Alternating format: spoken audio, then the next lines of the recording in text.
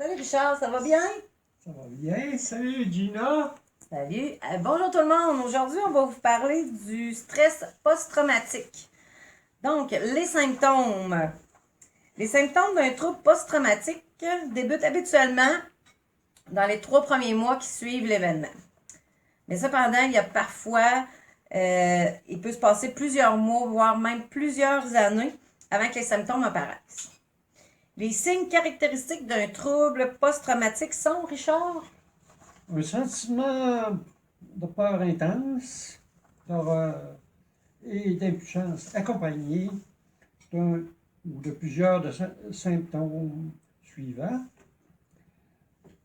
Palpitation cardiaque, cœur qui bat anormalement vite, respiration rapide, tremblement, frisson, transpiration excessive, des flashbacks, des pensées qui s'imposent à l'esprit et deviennent incontrôlables à cause de ces pensées.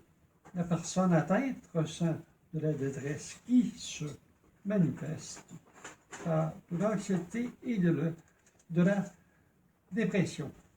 Il y a aussi de la difficulté à se concentrer, de la difficulté à trouver le sommeil, puis un besoin d'être continuellement en état d'alerte pour réagir. Quand consulté, les troubles du sommeil sont souvent les premières raisons qui amènent quelqu'un qui est pogné avec un post-traumatique à consulter un professionnel de la santé. Toutefois, voyez votre médecin de famille ou un autre professionnel de la santé si vous vivez l'un ou l'autre des situations suivantes. Lesquelles, Richard?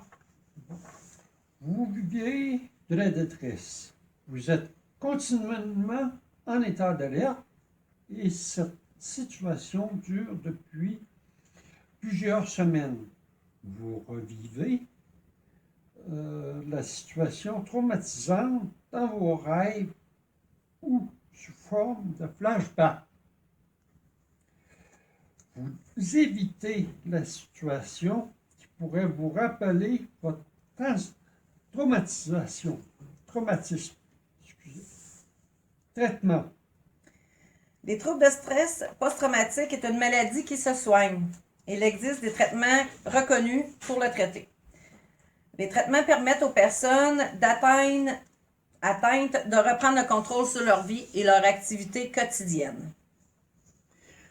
Plus la personne atteinte consulte tôt, meilleures sont ses chances de rétablissement. Les protections et la prévention par rapport à ça, qu'est-ce qu'on peut faire? Protection et prévention. Vous devez éviter de rester seul si vous venez de vivre un traumatisme. Vous confiez avec la meilleure façon de rétablir est la meilleure façon de vous rétablir.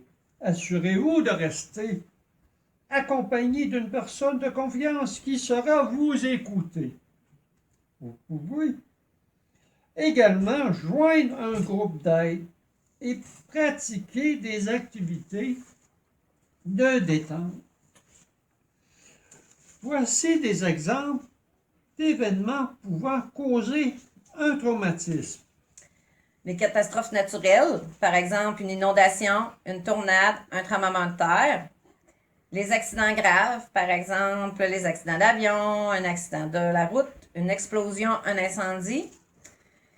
Les attaques volontaires, par exemple une agression, un viol, un vol à main armée. Un viol, une prise d'otage, un épisode de guerre, la mort subite d'un être cher, la lutte contre une maladie possiblement mortelle, les menaces de mort. De 50 à 60% des gens vivront un traumatisme dans leur vie. Pourtant, seulement un petit nombre d'entre eux développera un trouble stress traumatique.